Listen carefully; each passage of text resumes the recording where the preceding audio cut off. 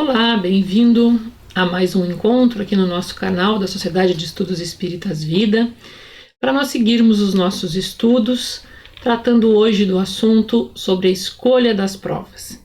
Então, lembrando que estamos nessa série ainda falando sobre a vida no mundo espiritual, né? Quais são as ocupações, as sensações, as percepções, como é a vida no mundo espiritual, a vida após a morte.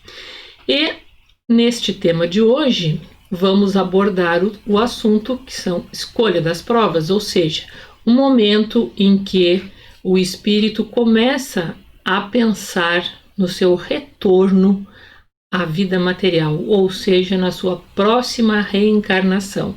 Então ele começa todo um estudo para determinar as suas novas provas.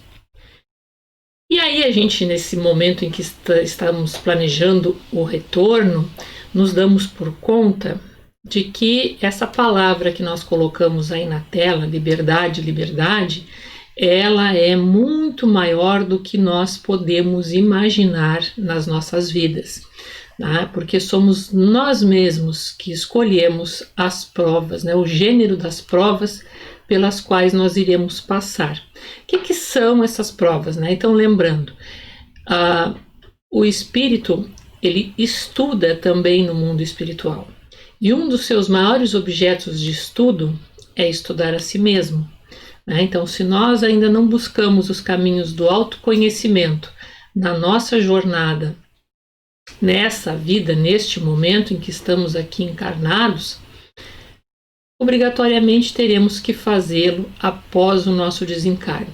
Então vale a dica, como a gente já colocou no vídeo anterior, né, algumas práticas que são recomendadas pelos espíritos, que nós podemos muito bem colocar no nosso dia a dia, como a questão da meditação, né? E aqui mais uma, a importância do autoconhecimento.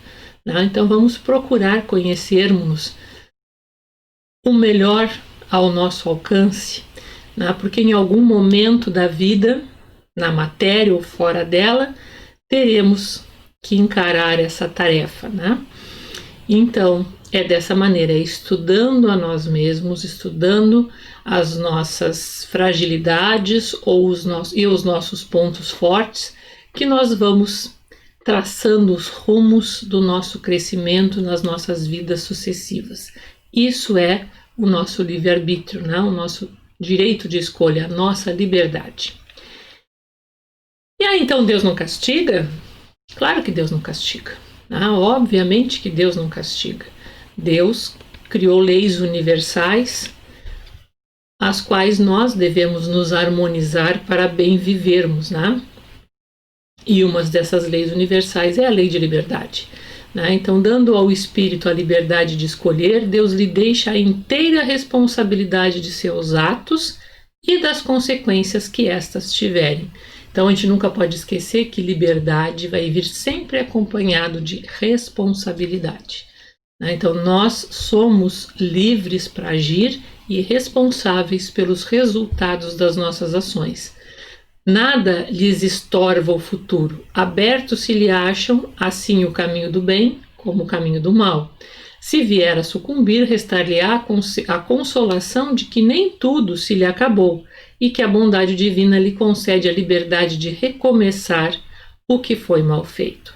E justamente esse recomeçar o que foi mal feito será aquele reconhecimento que tanto pode ser no curso dessa existência, quanto após, né, como nós estamos estudando aqui a vida após a morte, em que nós vamos analisar a nossa vida, os nossos atos, e então vamos nos deparar, olha, essa situação, bem que eu poderia ter agido de tal forma, poderia ter tido um outro resultado, poderia ser melhor, reconheço que não agi da melhor maneira, que não obtive o melhor resultado, ou então que foi um desastre completo, fiz absolutamente tudo errado, eu posso recomeçar, né? Eu vou recomeçar. Então eu vou escolher o quê? Recomeçar daí. Eu vou refazer aquele aprendizado que eu não fiz.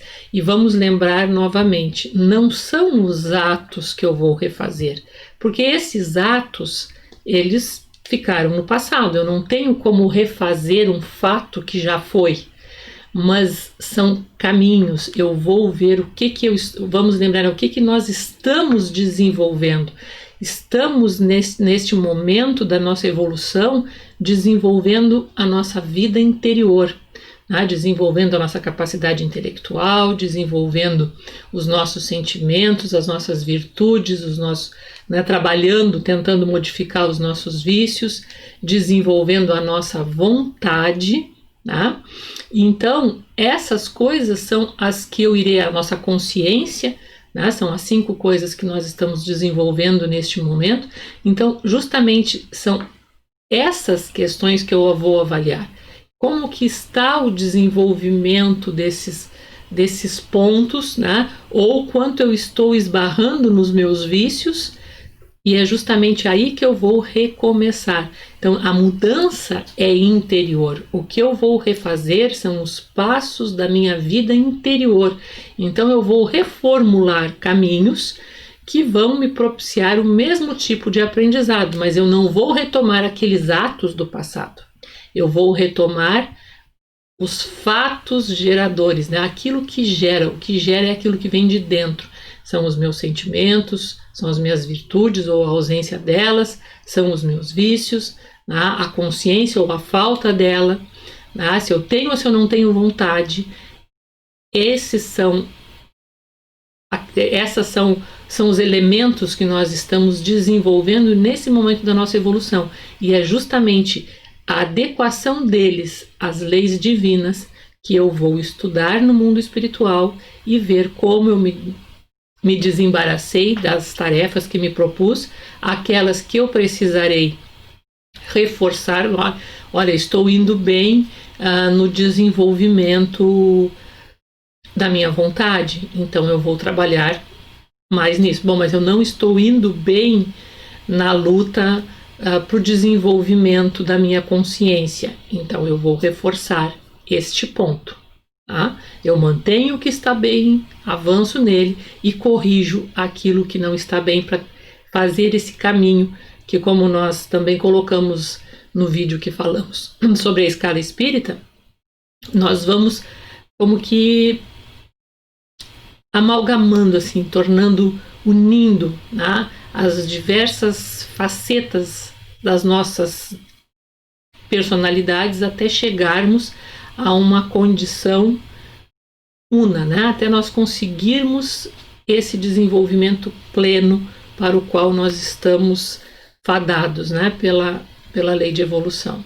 Então, Deus não castiga, nos dá sempre a oportunidade de recomeçarmos, de nos conhecermos, tá? E de fazermos o melhor por nós mesmos, né? Sempre lembrando que liberdade e responsabilidade andam sempre juntos. E aqui uma coisa que é muito importante a gente distinguir, né? Que a gente precisa saber assim, se ouve muito as pessoas dizerem assim, isso é vontade de Deus. Tal coisa está acontecendo porque isso é vontade de Deus, e isso também é muito fácil a gente jogar toda a nossa responsabilidade e dizer assim, não, tal coisa é vontade de Deus e que assim seja.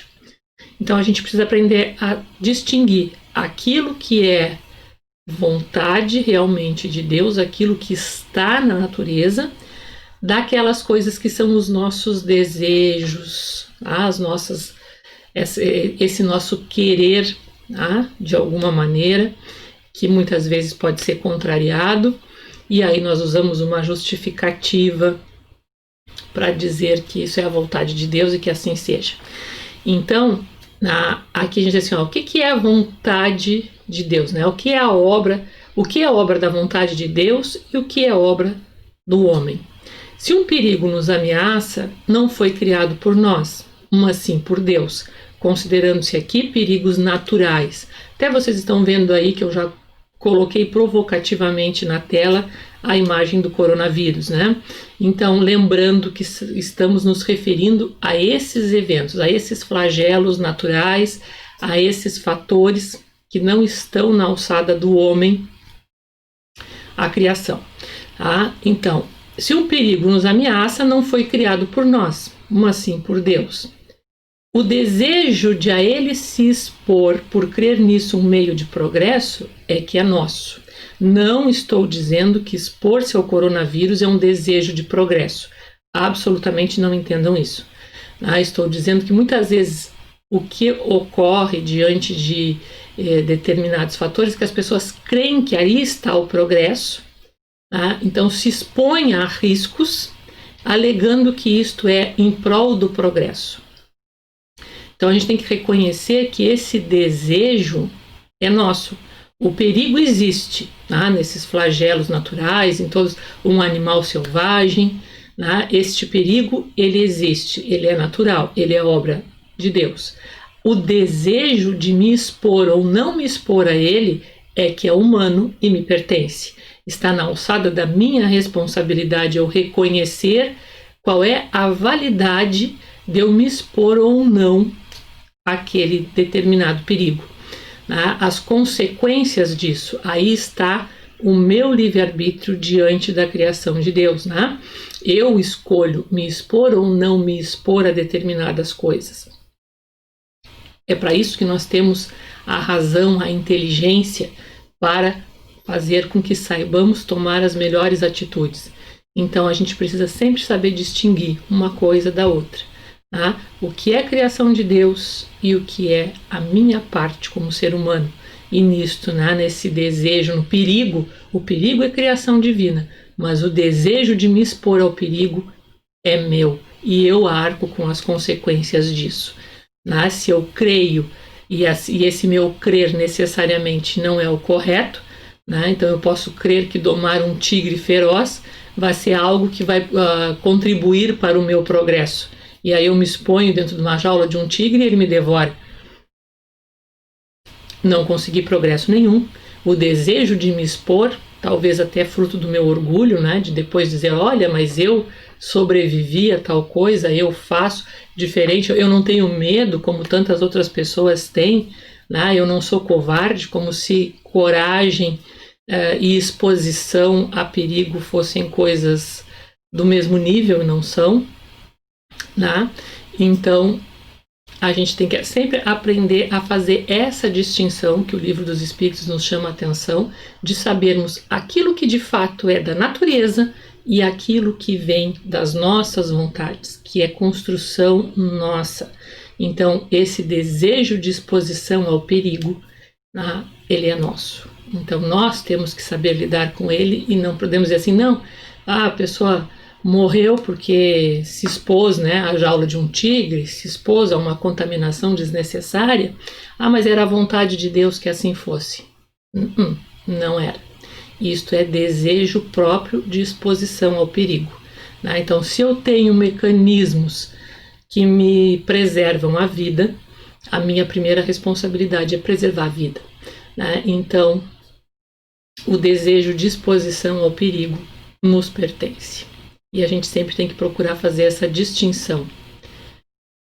Então, nós escolhemos o gênero, escolhemos também todos os detalhes e particularidades da nossa existência. Será que nesse planejamento reencarnatório eu sento, pego uma agenda e escrevo dia por dia o que será a minha próxima existência, como será cada evento, todos os fatores e tudo está pré-determinado por mim mesma? Será que é assim? Não, não é assim. Nós escolhemos o gênero, as circunstâncias, os detalhes, essas coisas comezinhas do dia a dia e até alguns outros fatores não tão comezinhos, mas que não sejam de relevante importância para o nosso objetivo naquele projeto reencarnatório, eles não estão previamente definidos. Então, se nós escolhemos o gênero, nós escolhemos, mas não escolhemos cada um dos detalhes do que irá nos suceder, nas mínimas coisas. Então, nós temos aí um amplo campo de plena liberdade, em que nem mesmo nós fizemos escolhas prévias. E isso é realmente muito amplo, por isso nós precisamos pensar bastante nas nossas ações. Tá? A nossa liberdade, como eu iniciei nesse vídeo, ela é muito ampla e nós vamos ver a cada passo o quanto ela é grande, né? Então ele diz assim, todas não, porque não escolhestes e previstes tudo o que vos sucede no mundo até as mínimas coisas.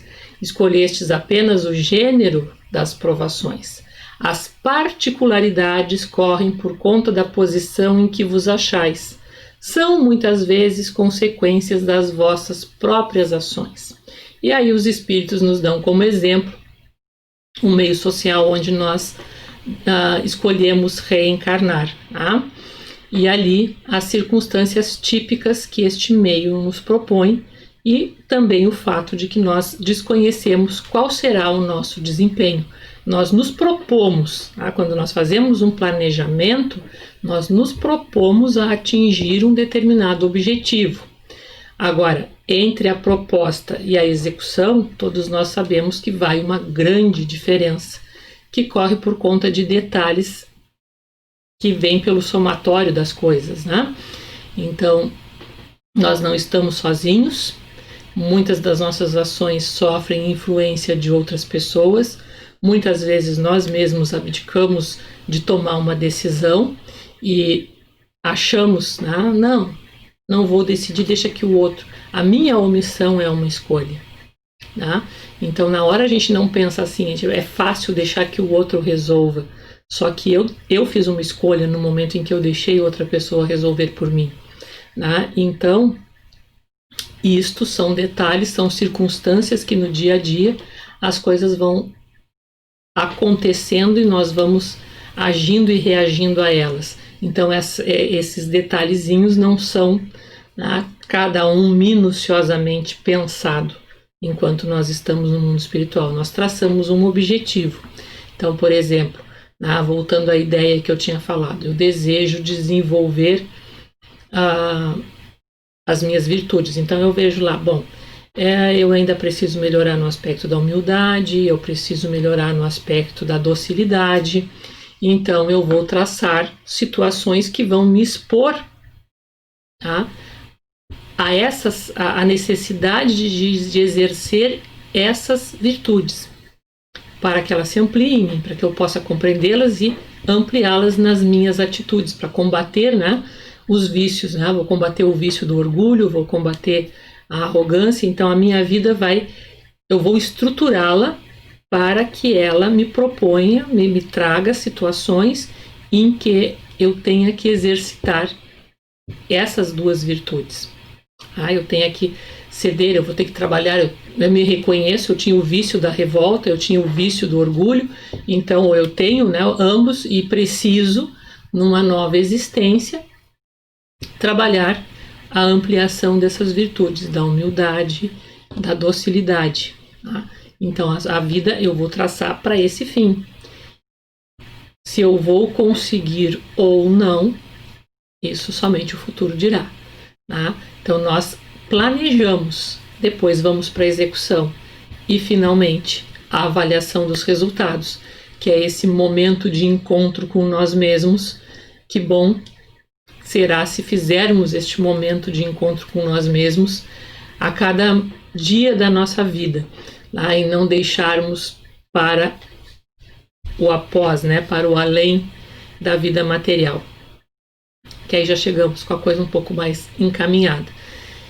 Então, fica, acho que bem esclarecido, que com relação ao planejamento das nossas existências futuras, ele é apenas o gênero. Eu vou escolher o tipo de prova que me é mais necessário, aquilo que eu preciso trabalhar, aquilo que eu me propus a estudar no mundo espiritual, que eu reconheci que eu tinha como problema, que eu estudei, que eu vou reencarnar com a proposta de testar, de ver em reais condições de uso como eu me porto. Isto é prova. Não é castigo, não é nada. Eu estou simplesmente avaliando a mim mesma e vendo se eu conseguir uma mudança de conduta. Então, a regra geral, os acontecimentos secundários se originam das circunstâncias e da força mesma das coisas.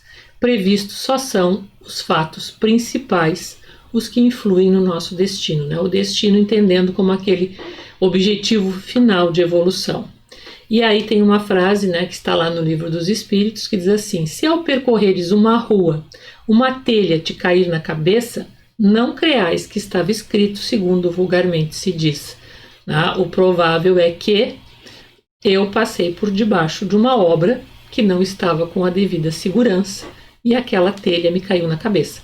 Ou passei em alguma casa em ruínas, uma situação que eu deveria ter olhado com mais atenção e não dizer, não, isso aí é porque Deus quis. Não, é aquela situação que nós falamos anteriormente. O perigo existe e eu escolho ou não me expor a ele. Como pode desejar o espírito nascer entre gente de má vida? Porque, por exemplo, né, já que nós precisamos testar os nossos vícios, o que vai ocorrer? Eu posso precisar renascer um meio onde exista roubo, tá? Onde exista violência, para testar se eu venci essas situações em mim. Tá? Tive uma vida pregressa de muita violência, de muita corrupção, de muito roubo. Tá? No mundo espiritual percebo que errei muito e preciso refazer esse caminho. Eu tenho que me expor, né? Como nós falamos antes, eu preciso me expor às coisas que eu desejo transformar.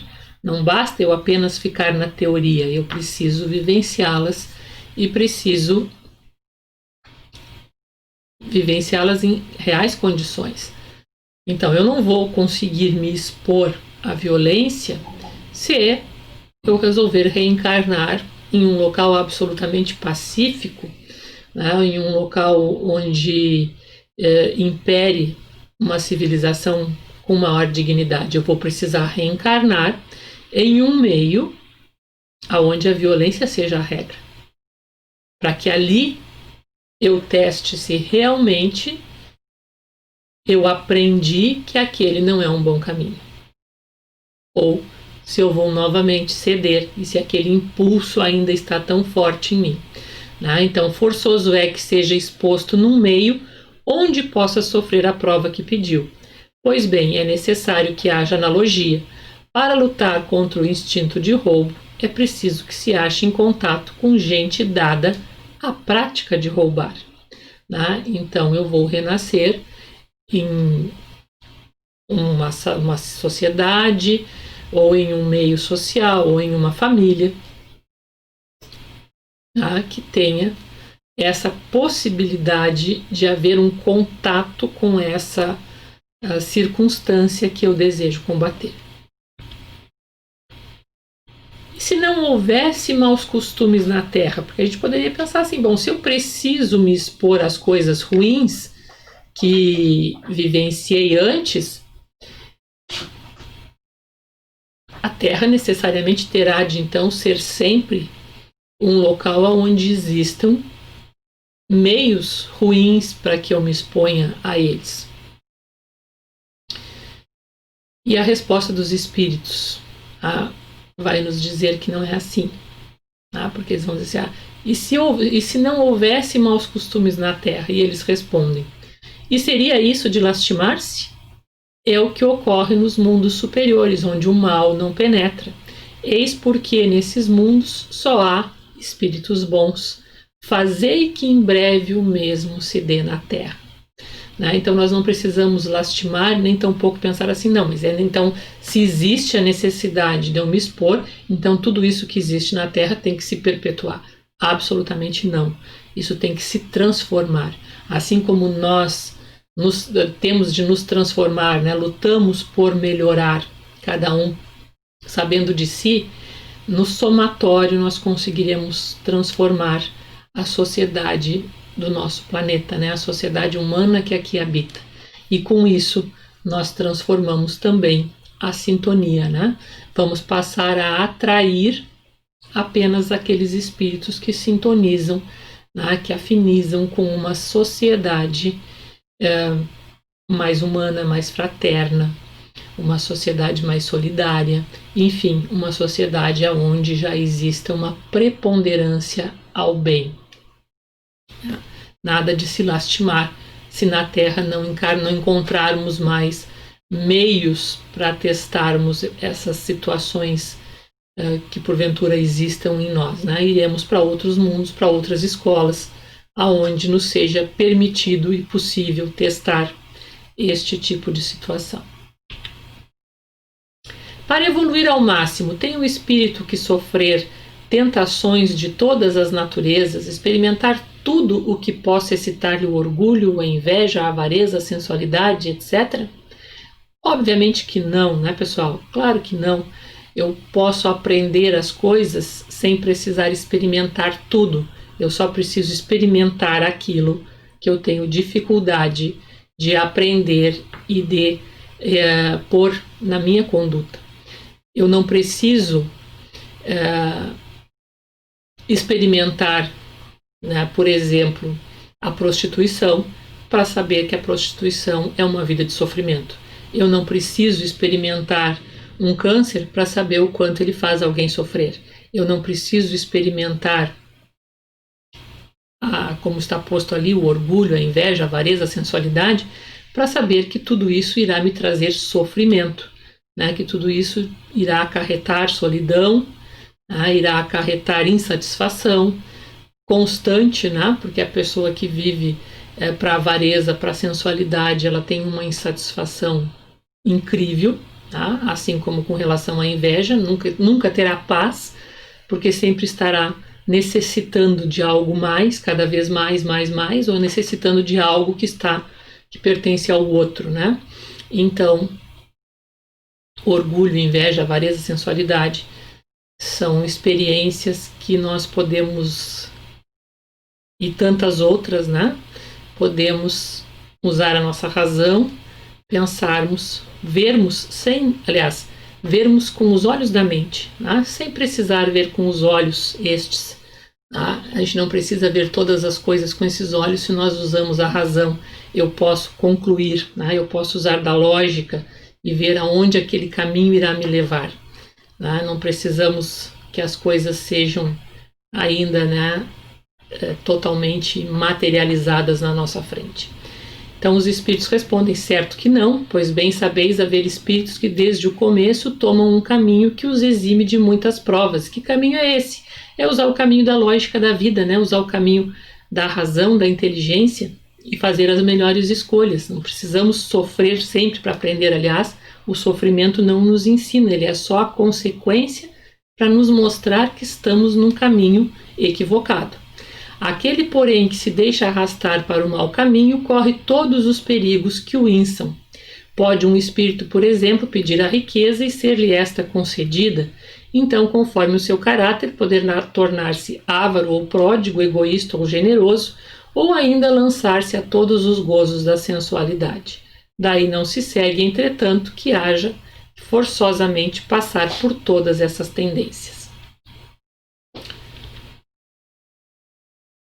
A escolha das primeiras experiências, né? Então, como é que se dá essa conquista da nossa liberdade? Obviamente que quando começamos na nossa evolução da condição de espíritos encarnando na espécie humana, nós vamos lentamente conquistando essa liberdade da qual eu estou falando agora. Lá naqueles mundos primitivos, né, naquelas nossas primeiras encarnações na condição humana, obviamente que não tínhamos o desenvolvimento intelectual que nos permite sempre maior liberdade e a compreensão da responsabilidade que vem com o uso da liberdade. Então, naquelas primeiras existências, a gente se compara a uma criança, por isso usamos aí essa imagem, né, de um bebê dando seus primeiros passos ali sob a tutela, sob o amparo materno, sempre alguém, né, alguém maior, alguém superior, né, no caso um adulto ali, dando amparo e assistência àquele bebê que está dando seus primeiros passos. Assim é conosco na questão da vida espiritual, né? Nas nossas primeiras experiências, os nossos mentores espirituais suprem essa nossa inexperiência, né? E nos auxiliam a fazer essas programações. E também vamos, né, lembrar que nesses mundos primitivos as nossas escolhas eram muitíssimo limitadas, né? Porque estávamos ainda numa fase de desenvolver um pouco mais a nossa inteligência, que havia chegado a essa condição num estado de inteligência rudimentar, né? Então precisávamos de abrigo, de alimentação.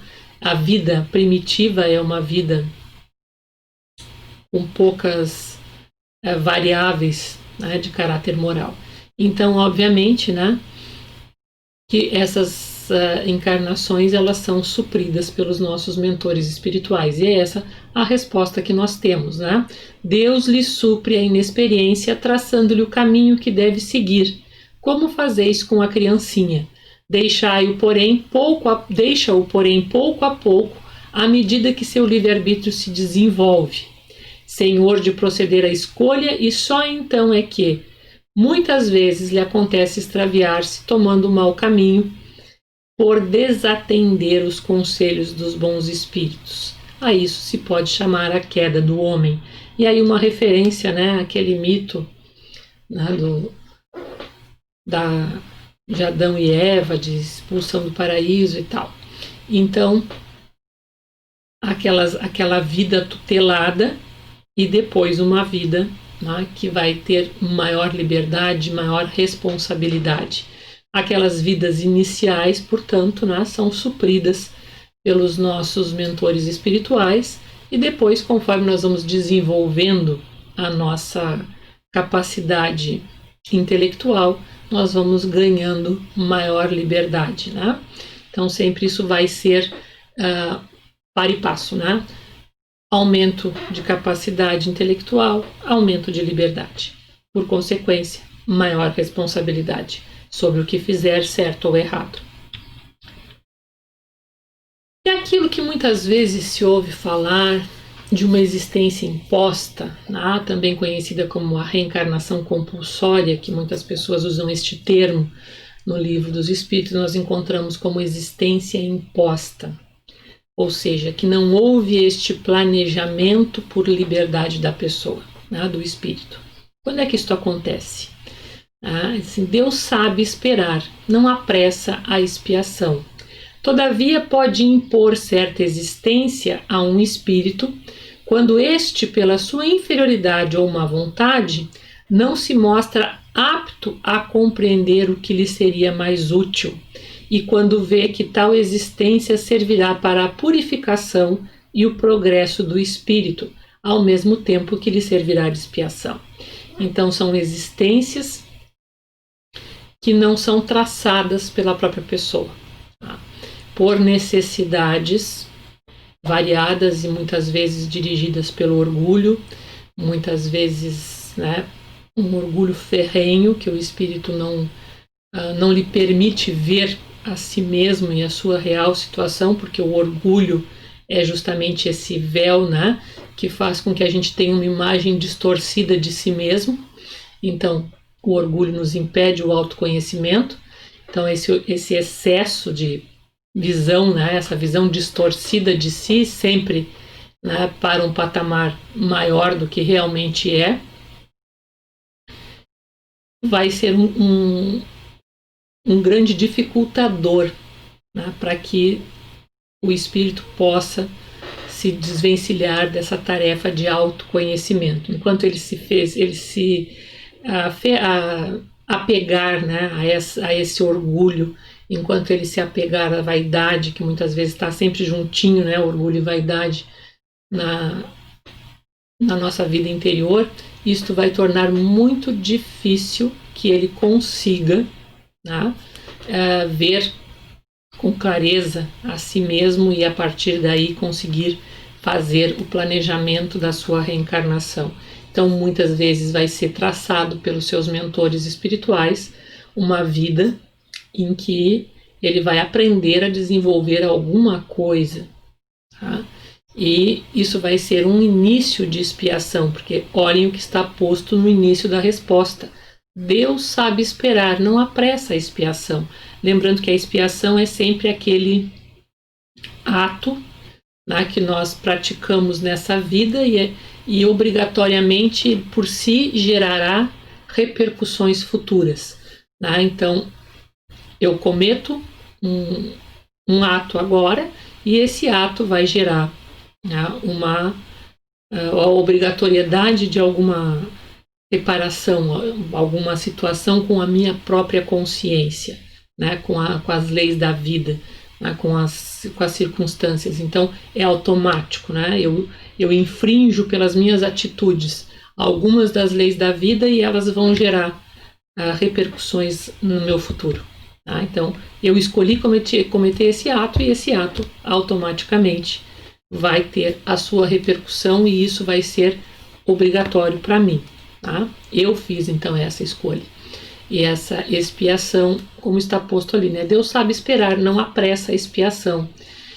Então, a imposição dessas encarnações, elas são apenas um início, né? Para que o espírito realmente desenvolva. Então, muitas vezes eles vão reencarnar em situações muito delicadas, justamente para quebrar, né, este véu do orgulho, essa vaidade, essa rigidez de conduta, para que possam então entrar num caminho de autoconhecimento, né?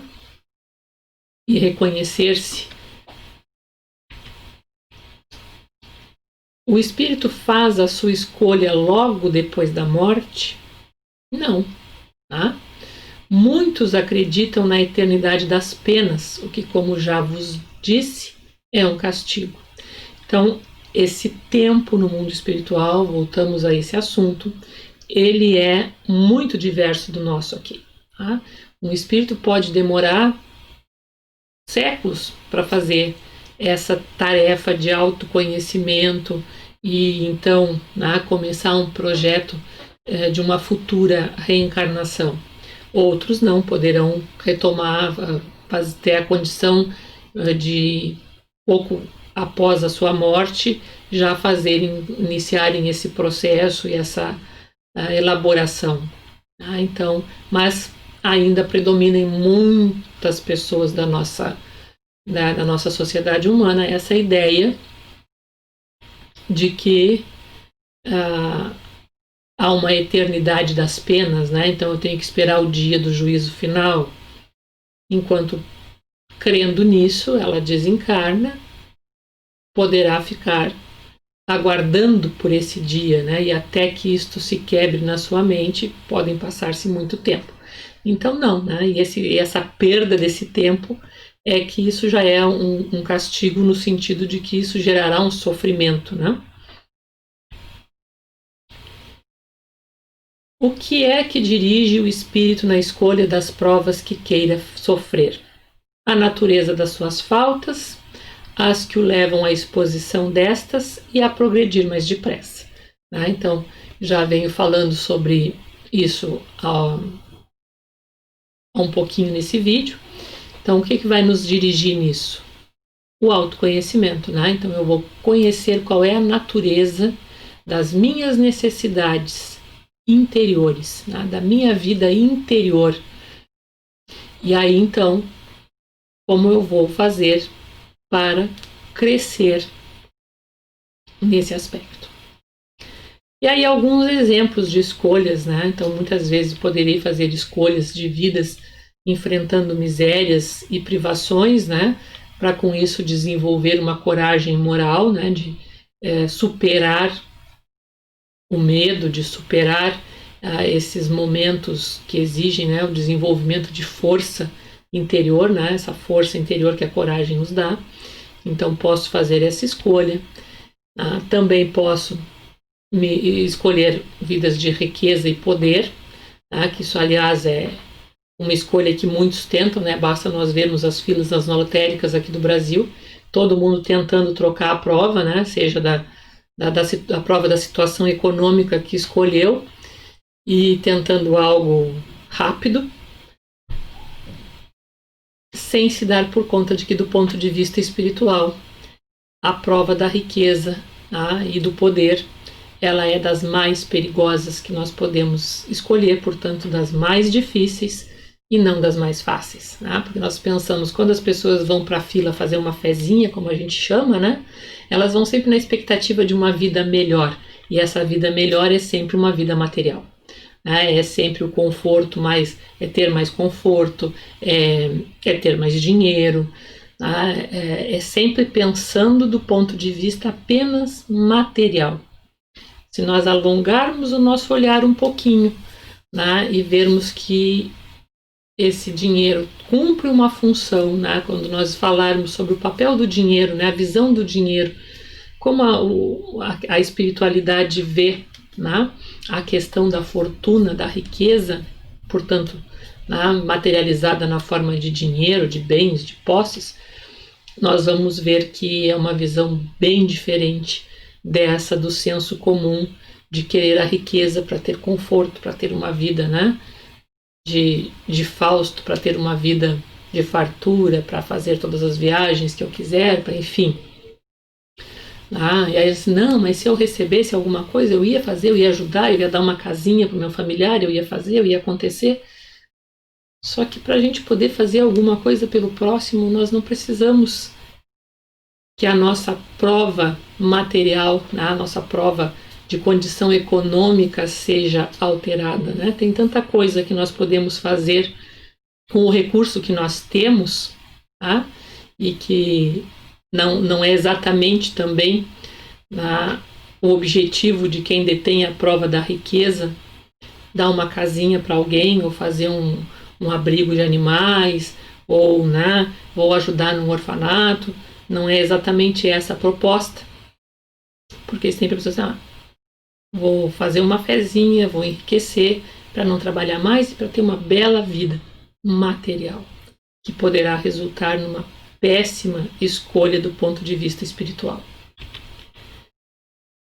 Ou então, também eu posso fazer uma escolha de experimentar as minhas forças lutando em relação de sustentar a minha luta com relação a um vício. E aí coloquei diga não ao cigarro, fazendo uma referência aos vícios materiais, mas não são os únicos, são também os vícios materiais, mas lembrando que nós temos vícios morais e são com relação a esses que nós precisamos também sustentar as nossas lutas. Então, sempre lembrando vício moral e vício material. Então, a luta desses dois.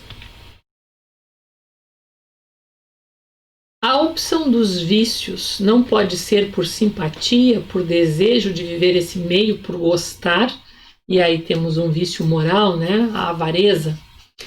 Sim, e esse tem um senso moral ainda pouco desenvolvido. Então o espírito pode fazer uma opção, sim, eu quero ter uma vida, porque eu gosto do dinheiro, eu gosto de ter uma vida confortável, então eu vou optar por uma vida de riqueza. E isso poderá me ser dado. Porque eu ainda não tenho meu senso desenvolvido, provavelmente o meu mentor espiritual vai me dizer assim, Ana, tu tens certeza que é isso mesmo que tu queres? Será que isso vai ser de fato o melhor? Posso dizer sim, e ele vai dizer, bem, então tá, Então, que assim seja. No entanto, isso não vai ser isento, Não vai ser uma vida sem nenhum tipo de sofrimento. E provavelmente um dos maiores sofrimentos vai ser depois perceber que se teve toda uma vida, toda uma oportunidade, e que por falta de condições morais, tudo isso foi por água abaixo, e foi uma enorme perda de tempo, e que eu posso ter ainda me enrolado muito, ter criado muita confusão no meu entorno desnecessariamente. E por que isso seria permitido? Por que haveria essa permissão de uma opção por uma vida que não me resultaria em progresso, que até poderia causar algum tipo de confusão na minha existência. Tá?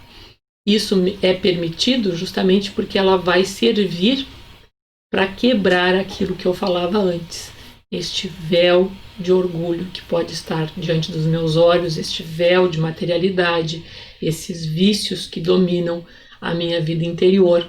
Então, poderá me ser permitido uma vida assim, em que, do ponto de vista espiritual, eu vou perder tempo, né? Mas, na verdade, posteriormente, quando houver um amadurecimento, eu vou perceber, né, que eu fiz uma terrível de uma escolha, né? Eu fiz uma péssima escolha.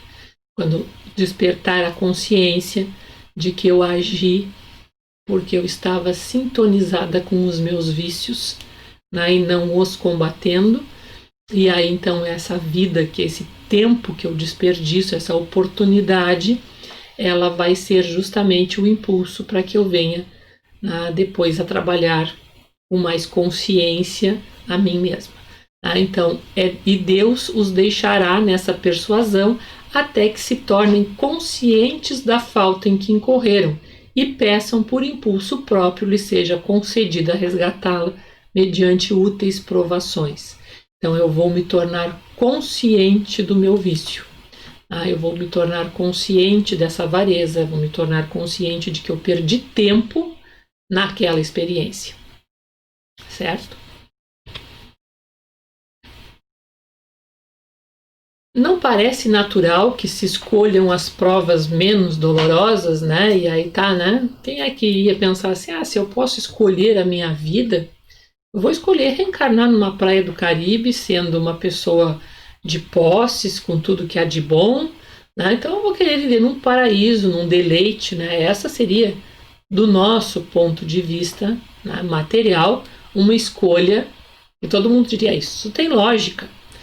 Só que do ponto de vista espiritual não é assim, né? Porque nós temos que lembrar que o nosso olhar tem que estar direcionado à evolução do nosso ser espiritual.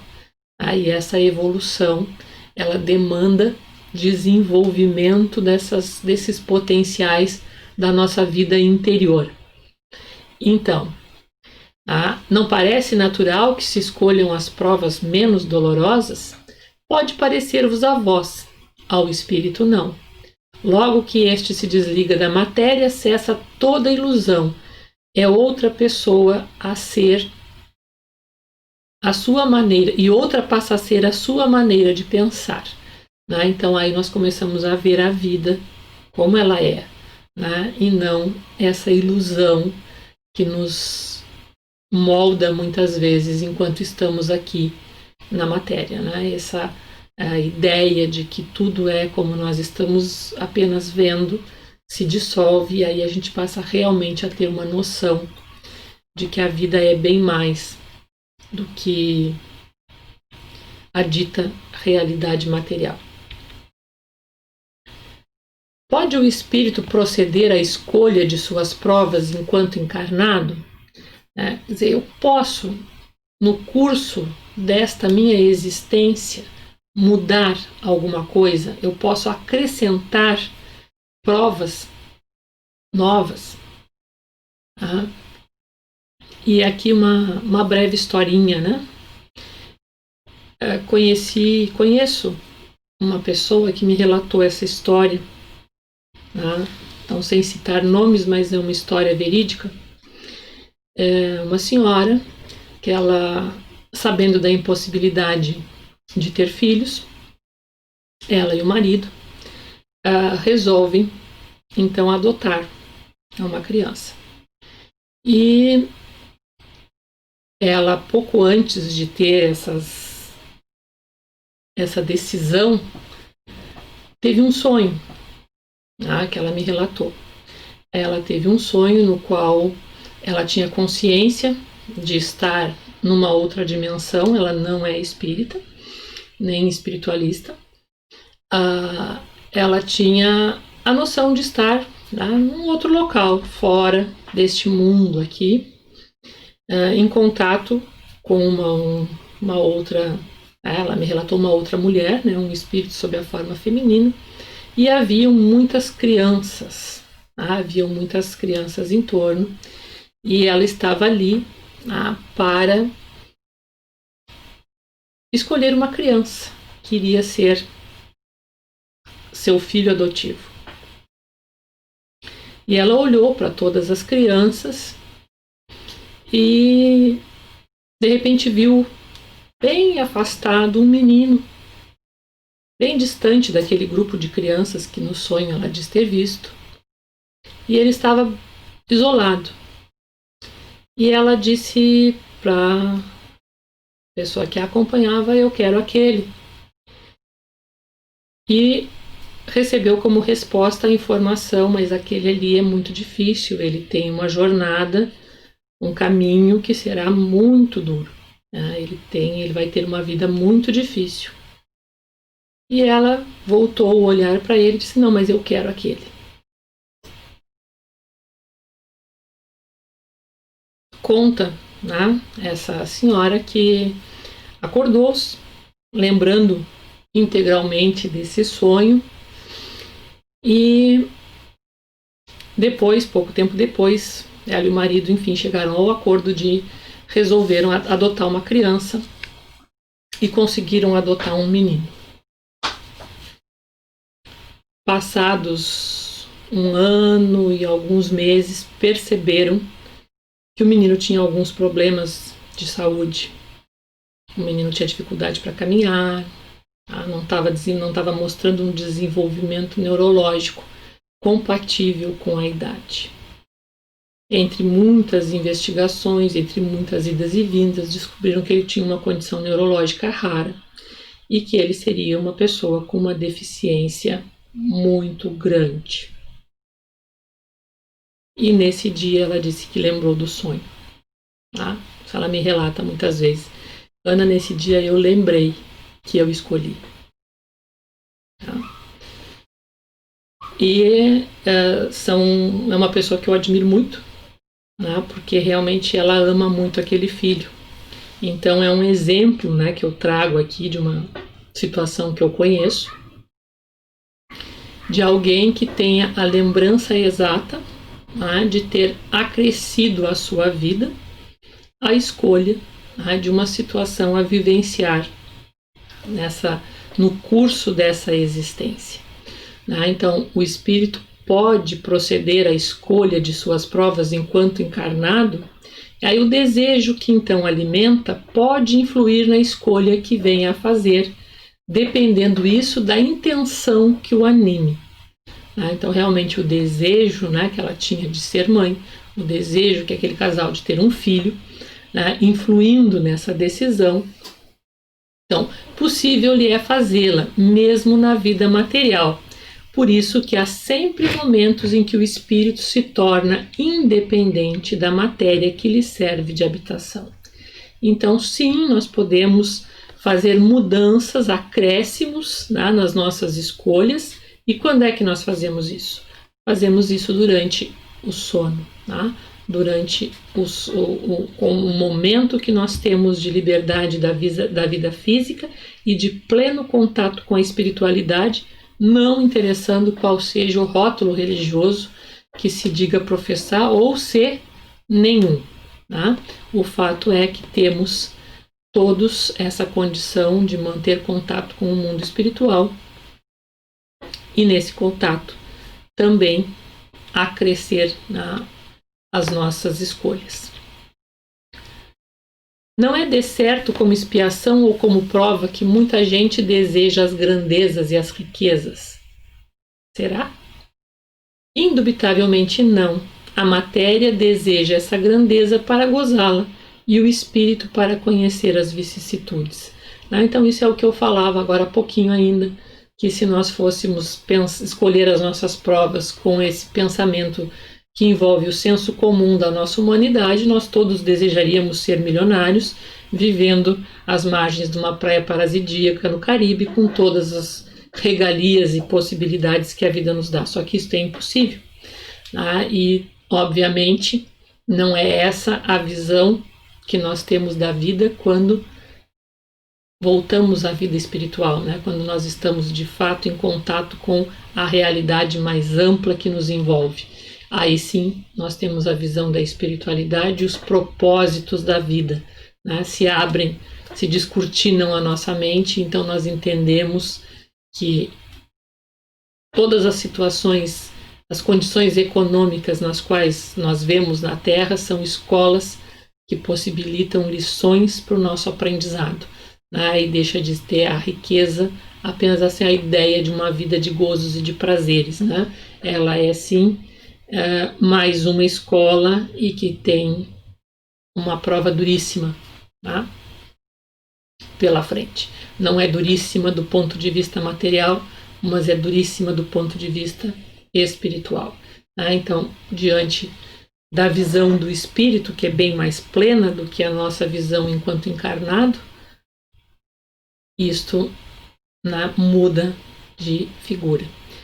Muito bem, então, até que chegue ao estado de pureza perfeito, tem que passar o espírito constantemente por provas?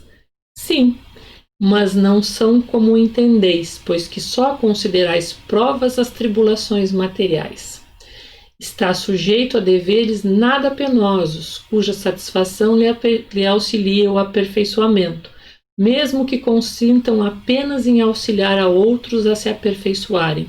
Então, nós ainda associamos a ideia de prova a uma ideia que vai nos exigir a sair da nossa zona de conforto, que vai talvez nos causar até descontentamento, tá? Vai fazer com que nós tenhamos que fazer algum tipo de sacrifício nesse aprendizado. O espírito, quanto mais evolui, mais entende, mais compreende, né, as situações reais. Então, um espírito na segunda ordem, ele ainda está sujeito a provas, ele já não tem mais expiações, ele já não tem mais aqueles atos que obrigatoriamente ele terá de enfrentar, né, as consequências. Mas ele sim ainda está sujeito às provas que ele tem, né? Então, a gente pode pensar uma dessas provas, a tarefa de ser, né, o espírito, o guia espiritual de alguém, o mentor espiritual, né? Todos nós temos um mentor espiritual, um espírito protetor, né? E ele tem uma tarefa semelhante a um professor na nossa vida, né? Então, nos orientar no caminho. Isso é uma tarefa penosa para ele? Não. Pode ser até gratificante, se ele tiver em mãos um bom aluno, né? Então, não é a mesma situação de sofrimento, né, de sacrifício, que para nós, né, ainda espíritos de terceira ordem, isso traria, né, essa ideia traria. Então, temos de suportar provas até o ponto da nossa evolução na condição de espíritos superiores, né? A partir dali já não mais. Pode o espírito enganar-se quanto à eficiência da prova que escolheu? Sim, né? Até comentamos rapidamente sobre isso, quando nós escolhemos uma prova que não vai, né, aparentemente dar resultado, que justamente vai fazer com que a gente acabe descobrindo o quanto temos de orgulho a vencer, né, em certas circunstâncias. E aqui eles colocam duas hipóteses, né? Que a prova escolhida esteja acima de suas forças e sucumbir. Então, né, eu escolho uma existência em que eu, vamos dizer assim, carrego na mão nas dificuldades, tipo assim, olha, eu quero me libertar de todos os meus problemas numa única vez. Obviamente isso vai estar acima das minhas forças, eu não vou conseguir isso, né? E aí, por óbvio, vou sucumbir, no sentido de que eu não vou me desvencilhar de tudo. Ou então uma que em nada lhe aproveite, como sucederá se buscar uma vida ociosa e inútil, tá? E aí, qual a utilidade dessa permissão? Então, voltando ao mundo dos espíritos, verifica que nada ganhou e pede outra que lhe faculte recuperar o tempo perdido. É, digamos assim, a parede sobre a qual a gente vai dar com a nossa cabeça teimosa e descobrir que ela era realmente dura, né? Então a gente volta mais humilde. Isso serve para quebrar, né, esse nosso orgulho. Então aqui qual a utilidade, né? Voltando com essa carinha arrependida aí, né? Estamos só repetindo a lâmina, né? E as vocações? Como é que entram as vocações nesse planejamento reencarnatório? Então, parece-me que vós mesmos podeis responder a esta pergunta, pois não é isso a consequência de tudo o que acabamos de dizer sobre as escolhas das provas e sobre o progresso efetuado em existência anterior? Então, também, né, a nossa vida profissional, a nossa vocação, ela vai atender a esse mesmo propósito. Ou eu estou aperfeiçoando um talento que eu já venho desenvolvendo, então aquilo já é inato, né? Ou porque a escolha daquela profissão vai ser necessária para o desenvolvimento de alguma coisa da minha vida interior. Mas as vocações, elas têm muito disso, né? Daquilo que a pessoa já vem desenvolvendo ao longo de vidas, então aquilo aflora como um dom quase natural. Na verdade, é uma construção do próprio espírito, né? Então é realmente o reforço daquele caminho que já anda na linha certa. Aí estão as referências, né, do que nós estudamos nesse vídeo, e eu aguardo vocês no nosso próximo encontro, em que nós vamos falar sobre as relações no além-túmulo. Até breve!